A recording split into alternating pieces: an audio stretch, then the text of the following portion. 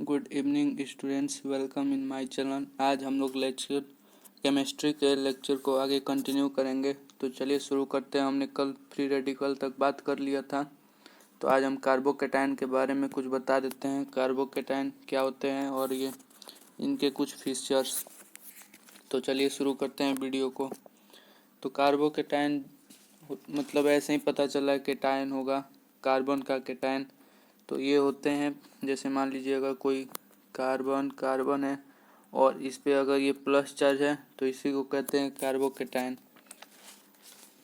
और भी एक एग्जांपल बता देते हैं, जैसे ये बेंजीन का है और इस पे अगर ये प्लस चार्ज एक आ जाएगा तो इसको कार्बोकैटायन कहते हैं। और यहीं उसमें फ्री रेडिकल्स में क्या था, यहाँ पे एक इलेक्ट्रॉन था, इसको कहते हैं फ्री रेडिकल। तो चलिए कार्बोकैटायन के कुछ आपको फीचर्स बता देते हैं। कार्बोकैटायन जो होते हैं वो sp2 होते हैं। और क्या होते हैं, ये इनका बॉन्ड एंगल जो होता है, बॉन्ड एंगल 120 डिग्री होता है, बॉन्ड एंगल 120 डिग्री। और जो ये ट्राइगोनल प्लेनर होते हैं, ट्राइगोनल प्लेनर होते हैं। और इनका स्टेबिलिटी जो होता है, स्टेबिलिटी जो है वो डायरेक्टली प्रोपोर्शनल होता है स्ट्रेंथ ऑफ। जो स्टेबिलिटी जो होगा वो पॉजिटिव आई ग्रुप का और इन्वर्सली प्रोपोर्शनल होते हैं किसके, निगेटिव आई ग्रुप के। ठीक है, मतलब जो स्टेबिलिटी यहाँ पे मेन है इसका, ये डायरेक्टली प्रोपोर्शनल होंगे पॉजिटिव आई ग्रुप के और इन्वर्सली प्रोपोर्शनल होंगे निगेटिव आई ग्रुप के स्टेबिलिटी के। तो चलिए आगे कार्बोएनायन के बारे में बात कर लेते हैं। कार्बोएनायन जैसे कार्बोकैटायन प्लस चार्ज है, कार्बोएनायन पे निगेटिव चार्ज होगा। तो इसका पहले हम आपको एग्जांपल दे देते हैं। जैसे सी है, इस पे माइनस चार्ज होगा तो ये कार्बोएनायन है। और ये बेंजीन है, इस पे अगर यहाँ पे माइनस चार्ज होगा तो ये भी कार्बोएनायन होगा। तो चलिए इसके भी कुछ फीचर्स बता देते हैं। ये जो है sp3 होगा, sp3 हाइब्रिडाइजेशन होगा। और जो ये ट्राइगोनल प्लेनर होगा, ट्राइगोनल प्लेनर। और बॉन्ड एंगल जो इसका होता है, बॉन्ड एंगल जो होता है इसके बीच में 107 डिग्री होता है। ठीक है, तो इसका स्टेबिलिटी की बात कर लेते हैं। स्टेबिलिटी ऑफ कार्बोकैटायन, ये डायरेक्टली प्रोपोर्शनल होता है। जो कि एनायन है तो निगेटिव चार्ज पे डायरेक्टली प्रोपोर्शनल होगा। और जो कार्बोकैटायन था ये डायरेक्टली था, ये अगर पॉजिटिव चार्ज है तो डायरेक्टली प्रोपोर्शनल था पॉजिटिव चार्ज के। और ये कार्बोएनायन जो नेगेटिव है तो डायरेक्टली प्रोपोर्शनल है निगेटिव चार्ज के और इन्वर्सली प्रोपोर्शनल होता है पॉजिटिव चार्ज का। ठीक है, तो आइए आगे अब इसी स्टेबिलिटी के बेस पे हम कुछ क्वेश्चंस करेंगे आगे। जैसे यहाँ पे स्टेबिलिटी इसका है, इसी के बेसिस पे हम लोग कुछ क्वेश्चंस करेंगे। तो चलिए शुरू करते हैं क्वेश्चंस करना। पहला क्वेश्चन है कंपेयर स्टेबिलिटी। क्वेश्चन सब में कॉमन होगा, कंपेयर करना स्टेबिलिटी रिएक्शन इंटरमीडिएट का। तो जो पहला क्वेश्चन है आप देख सकते हैं, CH3 CD3 CT3 सब पे पॉजिटिव चार्ज है। तो ये क्या होंगे, पॉजिटिव चार्ज है तो ये कार्बोकैटायंस है। तो कार्बोकैटायंस में स्टेबिलिटी कैसे कंपेयर करते हैं, स्टेबिलिटी जो होता है वो डायरेक्टली प्रोपोर्शनल होता है किसके, पॉजिटिव आई ग्रुप के और इन्वर्सली प्रोपोर्शनल होता है निगेटिव आई ग्रुप के। तो आपको पूरे पॉजिटिव आई ग्रुप और निगेटिव आई ग्रुप के स्टेबिलिटी याद होनी चाहिए कैसे क्या होता है। तो जैसे हमने आपको ये लिखवाया था तो आपको कहा था याद कर लीजिए, वो अब यूज आएगा इसका। तो चलिए देखते हैं कैसे यूज आएगा। जैसे ये पॉजिटिव है तो ये डायरेक्टली प्रोपोर्शनल होगा पॉजिटिव आई ग्रुप के। तो आप देख सकते हैं H जो है यहाँ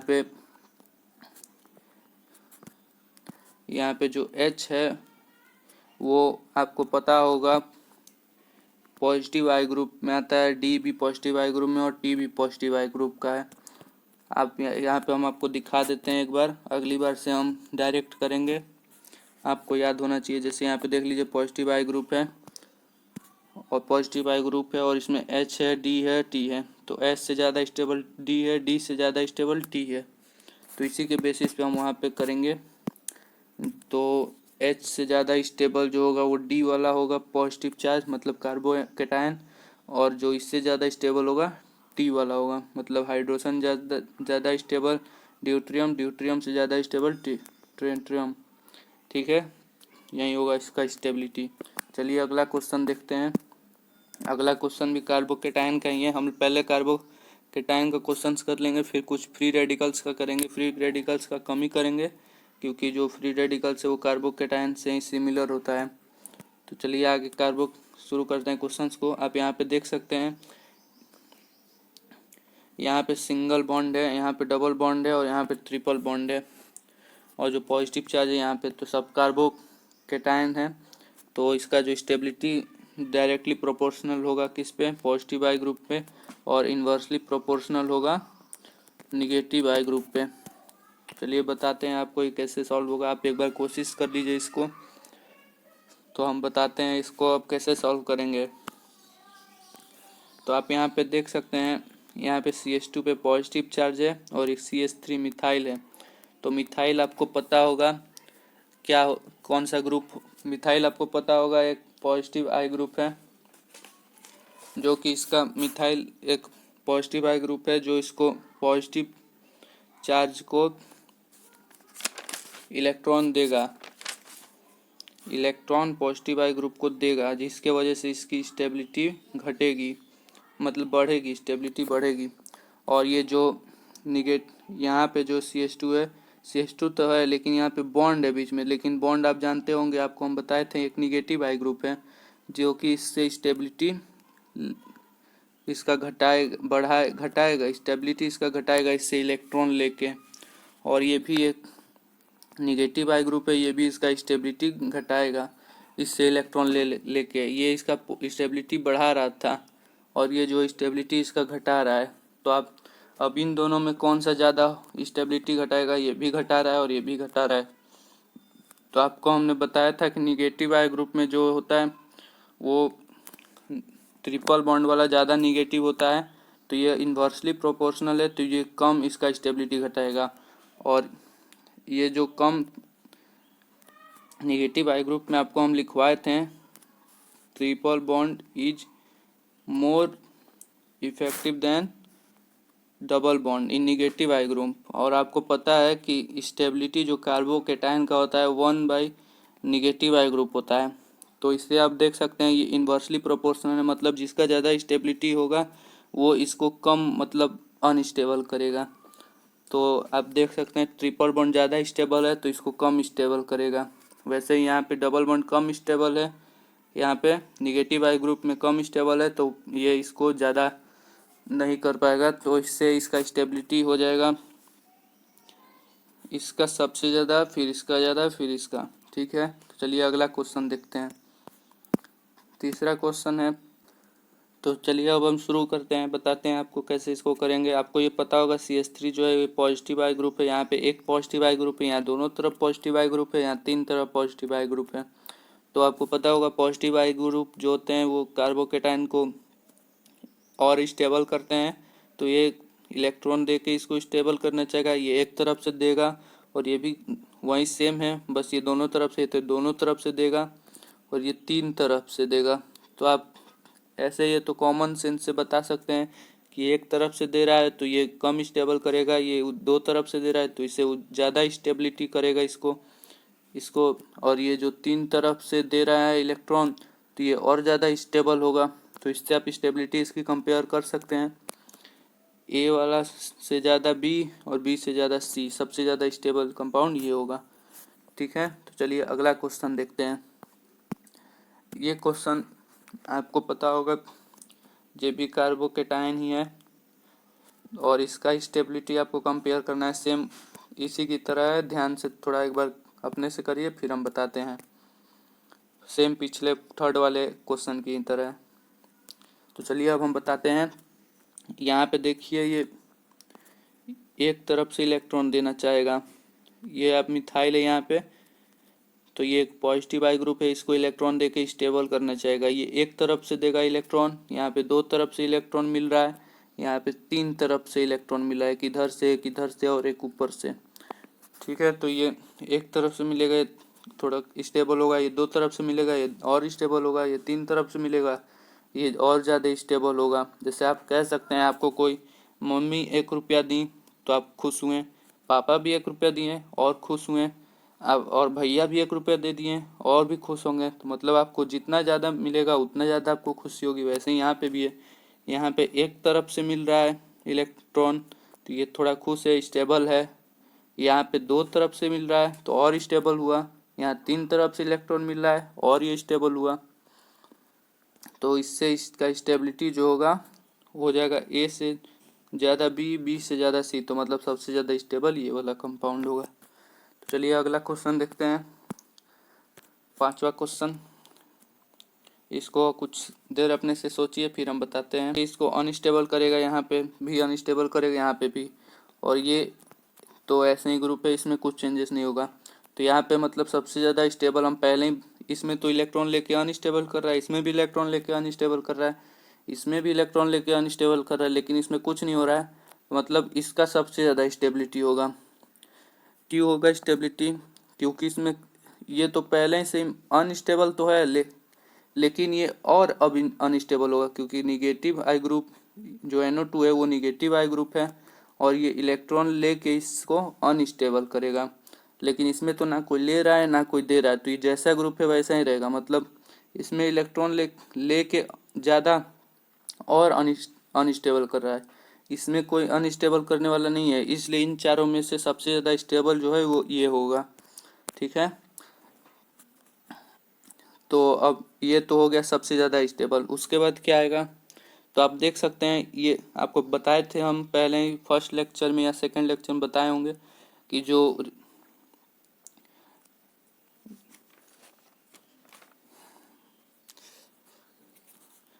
जो इंडक्टिव इफेक्ट होता है वो डिस्टेंस डिपेंडेंट होता है, डिस्टेंस पे डिपेंड करता है। तो उससे यहाँ पे सॉल्व करेंगे, तो उससे आपको सॉल्व करना है यहाँ पे। तो जो सबसे ज़्यादा स्टेबल ये तो पहले ही होगा, अब इन तीनों में आपको देखना है। तो आप देख सकते हैं सबसे ज़्यादा पास ये है, तो ये ज़्यादा तेज़ी से इलेक्ट्रॉन लेके इसको और सबसे कम स्टेबल करेगा, मतलब सबसे ज़्यादा अनस्टेबल करेगा। और ये थोड़ा और दूर है तो ये थोड़ा कम अनस्टेबल करेगा, और ये बहुत ज़्यादा दूर है, ये बहुत कम अनस्टेबल करेगा। इससे आप कर सकते हैं सबसे ज़्यादा स्टेबल जो हो जाएगा आपका डी, फिर उसके बाद ये, फिर ये, क्योंकि ये बहुत पास में है तो इलेक्ट्रॉन लेके निगेटिव आई ग्रुप है तो ये इलेक्ट्रॉन लेके इसको सबसे ज़्यादा अनस्टेबल करेगा। ये थोड़ा और दूर है तो ये थोड़ा और कम अनस्टेबल करेगा, ये बहुत दूर है तो बहुत कम अनस्टेबल करेगा, और इसको तो कोई अनस्टेबल करने वाला है ही नहीं, तो ये स्टेबल हो जाएगा इन चारों में से। ठीक है, तो चलिए अगला क्वेश्चन देखते हैं, 6th वन। कोशिश करिए आप अपने से, फिर हम बताते हैं। चलिए अब हम बताते हैं आपको ये कैसे होगा। आपको पता होगा जो ये भी एक एनायन है, मतलब कार्बोकेटायन है, और जो ये O निगेटिव आपको हमने लिखवाया था कि ये एक O निगेटिव जो होता है ये एक पॉजिटिव आई ग्रुप होता है, ये पॉजिटिव आई ग्रुप है। NH2 जो होता है, NH2 आपको बताए थे हम कि ये भी एक पॉजिटिव आई ग्रुप है। NH2 भी positive I group, O negative positive I group, और साइनाइड जो है वो एक निगेटिव आई ग्रुप है। आपको हमने लिखवाया था, वो टेबल आपको याद रहना चाहिए, एक बार हम दिखा देते हैं, आपको कन्फ्यूजन हो रहा होगा तो देखिए। आप देख सकते हैं यहाँ पे NH2 जो है, NH2 NH पे माइनस चार्ज है, NH माइनस चार्ज ये पॉजिटिव चार्ज है, O निगेटिव माइनस चार्ज ये पॉजिटिव चार्ज है। तो NH2 ज़्यादा स्टेबल वाला पॉजिटिव चार्ज है और O निगेटिव कम स्टेबल वाला पॉजिटिव चार्ज है। और फिर ये साइनाइड जो आप यहाँ पे देख सकते हैं, ये एक निगेटिव आई ग्रुप है। तो चलिए क्वेश्चन शुरू करते हैं।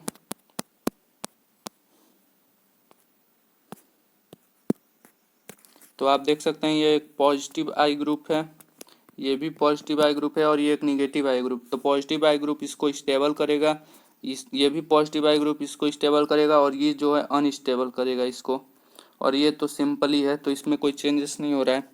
तो आप कह सकते हैं सबसे ज़्यादा अनस्टेबल जो होगा वो ये वाला होगा, निगेटिव आई ग्रुप है। और फिर उसके बाद होगा ये, क्योंकि इसमें कोई चेंजेस नहीं हो रहा है और इन दोनों में स्टेबिलिटी कंपेयर करना है, मतलब ये दोनों स्टेबल हो रहे हैं पॉजिटिव आई ग्रुप के कारण। तो अब इन दोनों में तो आप क्या देखना पड़ेगा कि कौन ज़्यादा स्टेबल हो रहा है कौन कम। तो हम पहले कह सकते हैं थर्ड वन सबसे कम, फिर उससे ज़्यादा होगा फोर्थ, फिर उससे ज़्यादा। आप यहाँ पे देखते हैं तो आपको बताए थे हम कि NH2 जो है वो ज़्यादा स्टेबल पॉजिटिव आई ग्रुप है O निगेटिव से। तो इससे आप कह सकते हैं ये ज़्यादा स्टेबल है तो ये ज़्यादा स्टेबल इसको करेगा, और ये कम स्टेबल है तो ये कम स्टेबल इसको करेगा। तो इससे आपका सबसे ज़्यादा स्टेबल हो गया, सबसे ज़्यादा स्टेबल जो हो गया वो सेकंड वन हो गया, और फिर उससे कम हो गया फर्स्ट वन, मतलब फर्स्ट वाला। तो ये कम स्टेबल कर रहा है, ये ज़्यादा स्टेबल कर रहा है। ठीक है, तो चलिए अगला क्वेश्चन देखते हैं A2। चलिए इसको भी आप खुद से करिए कोशिश, फिर हम बताते हैं आपको। चलिए अब हम आपको बताते हैं कैसे होगा। आपको पता होगा NH3 जो है वो एक निगेटिव आई ग्रुप है, NH3 प्लस एक निगेटिव आई ग्रुप है, NF3 प्लस भी एक निगेटिव आई ग्रुप है, और COO माइनस एक पॉजिटिव आई ग्रुप है। तो यहाँ बात किसकी है? कार्बोकेटायन की, कार्बोकेटायन कार्बोकेटायन। तो आपको पता होगा कार्बोकेटायन जो होता है वो डायरेक्टली प्रोपोर्शनल होता है पॉजिटिव आई ग्रुप के, और इन्वर्सली प्रोपोर्शनल होता है 1/नेगेटिव निगेटिव आई ग्रुप के। Carbocation is directly proportional to positive ion और inversely proportional to negative ion I group.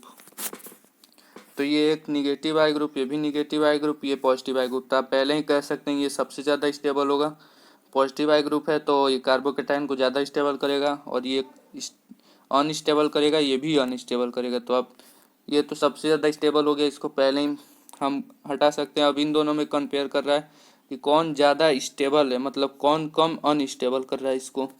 ठीक है, तो चलिए देखते हैं कैसे होगा। तो इसका पहले हम लिख देते हैं थर्ड वन सबसे ज़्यादा स्टेबल, फिर उसके बाद जो आएगा अब इन दोनों में आपको हमने टेबल लिखवाया था, उसमें हम बताया था कि हमने बताया था कि जो NF3 है वो एक NH3 से कम स्टेबल, जैसे आप देख सकते हैं टेबल, जो NH3 है वो NF3 से सबसे ज़्यादा आई ग्रुप में सबसे ज़्यादा स्टेबिलिटी वाला NF3 है, और फिर उससे कम है NH3। तो वहाँ पे आप कह सकते हैं जो NH3 ज़्यादा स्टेबल है, NH3 ज़्यादा स्टेबल है तो ये पॉजिटिव आई ग्रुप को कम अनस्टेबल करेगा। जैसे क्योंकि आपको पता है ये इन्वर्सली प्रोपोर्शनल है, अगर ये ज़्यादा स्टेबल है तो इसको ये कम अनस्टेबल करेगा। ये ज़्यादा, तो आपको पता होगा जो इन्वर्सली प्रोपोर्शनलिटी में होता है, अगर A जो है इन्वर्सली प्रोपोर्शनल है B के, तो अगर B बढ़ेगा तो A घटेगा। वैसे ही यहाँ पे अगर ये आई ग्रुप निगेटिव आई ग्रुप बढ़ रहा है तो इंडक्टिव इफेक्ट घटेगा, स्टेबिलिटी उसका घटता है। वैसे ही यहाँ पे अगर ये ज़्यादा जो NH3 है वो ज़्यादा अगर अनस्टेबल, अरे NF3 ज़्यादा निगेटिव आई ग्रुप है तो ये इसको कम अनस्टेबल करेगा। वैसे ही यहाँ पे तब आंसर हो जाएगा यहाँ पे थर्ड, फिर उसके बाद आ जाएगा 1, फिर उसके बाद आ जाएगा 2, सबसे कम स्टेबल होगा 2। चलिए अगला क्वेश्चन देखते हैं, आप करिए फिर हम बताते हैं आपको। चलिए अब हम आपको बताते हैं इसको कैसे सॉल्व कीजिएगा। आप देख सकते हैं जो ये फ्लोरीन है, ये एक फ्लोरीन आपको पता होगा कि ये एक पॉजिटिव निगेटिव आई ग्रुप है। तो चलिए अब बताते हैं आपको ये कैसे सॉल्व कीजिएगा। तो ये एक निगेटिव आई ग्रुप, यहाँ पे 2 निगेटिव आई ग्रुप है, यहाँ पे 3 निगेटिव आई ग्रुप है। तो निगेटिव आई ग्रुप क्या करते हैं, कार्बोकेटाइन को अनस्टेबल करते हैं। तो ये ज़्यादा अनस्टेबल करेगा, उससे भी ज़्यादा अनस्टेबल करेगा, ये सबसे ज़्यादा तीनों में अनस्टेबल करेगा। लेकिन यहाँ पे कोई तो निगेटिव आई ग्रुप है ही नहीं, तो यहाँ पे कोई अनस्टेबल करने वाला है नहीं, तो ये सबसे ज़्यादा स्टेबल हो जाएगा। फिर उसके बाद ये होगा, फिर ये होगा, फिर ये होगा। तो चलिए इसका आंसर हम आपको बता देते हैं। इसमें कोई अनस्टेबल करने वाला नहीं है, तो फोर्थ वाला सबसे ज़्यादा स्टेबल। यहाँ पे एक अनस्टेबल करने वाला है जो कि निगेटिव आई ग्रुप। आपको पता होगा कि इनवर्सली प्रोपोर्शनल होता है, तो ये इसको अनस्टेबल करेगा पॉजिटिव आई ग्रुप को, अरे कार्बोकेटाइन को। तो यहाँ पे एक ही निगेटिव आई ग्रुप है, तो ये कम अनस्टेबल करेगा, ये उससे ज़्यादा अनस्टेबल करेगा, ये बहुत ज़्यादा अनस्टेबल करेगा। तो इससे आप कह सकते हैं सबसे ज़्यादा स्टेबल फोर्थ वाला, फिर से फर्स्ट वाला, फिर सेकंड वाला, और लास्ट में थर्ड वाला। चलिए अगला क्वेश्चन देखते हैं।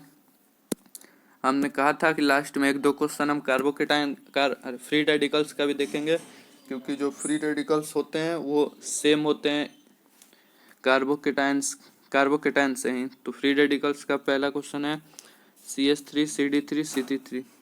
तो आपको पता होगा ये भी डायरेक्टली प्रोपोर्शनल फ्री रेडिकल होते हैं, वो directly proportional positive I group के, और फिर इन्वर्सली प्रोपोर्शनल होते हैं निगेटिव आई ग्रुप के। तो चलिए क्वेश्चन करते हैं। तो ये आपको पता होगा HDT ये पॉजिटिव आई ग्रुप है, तो ये ज़्यादा स्टेबल। ये आपको पहले क्वेश्चन की तरह नहीं दिख रहा है CH3 CD3 पे प्लस और CT3 पे प्लस, तो ऐसे ही यहाँ पे हो जाएगा। जो H ज़्यादा स्टेबल होगा, फिर उससे ज़्यादा D, फिर T, तो ये ऐसे कर सकते हैं। इसका आंसर हो गया। चलिए अगला क्वेश्चन देखते हैं, सेकंड लास्ट क्वेश्चन आज का। यहाँ पे भी देख सकते हैं फ्री रेडिकल से फ्री रेडिकल, यहाँ पे ये कटा हुआ है, ये नहीं है, इतना ही है बस, ये कटा हुआ गलती से लिखा गया। तो चलिए इसको करते हैं क्वेश्चन को। आप देख सकते हैं यहाँ पे फ्री रेडिकल है, तो यहाँ पे इसको एक तरफ से इलेक्ट्रॉन मिल रहा है, फ्री रेडिकल को एक तरफ से इलेक्ट्रॉन मिल रहा है, यहाँ पे 2 तरफ से इलेक्ट्रॉन मिल रहा है, ये और ज़्यादा स्टेबल होगा। यहाँ पे 3 तरफ से इलेक्ट्रॉन मिल रहा है, यहाँ पे और ज़्यादा स्टेबल होगा। तो इससे आप कह सकते हैं, ऐसा हमने क्वेश्चन किया था इसलिए आप ज़्यादा समझा नहीं रहे हैं। तो इसका स्टेबिलिटी ये हो गया, इससे ज़्यादा स्टेबल ही है। चलिए अगला क्वेश्चन देखते हैं। यहाँ पे देख सकते हैं ऐसा भी हमने क्वेश्चन लिया हुआ था, तो इसको भी हम ज़्यादा नहीं समझाएंगे। ऐसे आप कह सकते हैं कि कौन सा ज़्यादा स्टेबल होगा। ये एक निगेटिव आई ग्रुप है, ये क्योंकि यहाँ पॉजिटिव डबल बॉन्ड है, यहाँ पे ट्रिपल बॉन्ड है, ये भी एक निगेटिव आई, तो ये ज़्यादा इसको अनस्टेबल करेगा, ये भी अनस्टेबल करेगा, लेकिन यहाँ पे कोई अनस्टेबल करने वाला है नहीं, तो इससे इसका सबसे ज़्यादा स्टेबिलिटी हो गया फर्स्ट वाला। यहाँ पे कम अनस्टेबल कर रहा है ये सेकंड वाला, और फिर यहाँ पे सबसे ज़्यादा अनस्टेबल कर रहा है तो ये थर्ड वाला। तो ऐसे आपको स्टेबिलिटी कंपेयर कर सकते हैं। अगर आपको हमारा वीडियो पसंद आ रहा है तो आप हमारे चैनल को सब्सक्राइब करिए, लाइक करिए, दोस्तों को भी शेयर करिए। धन्यवाद।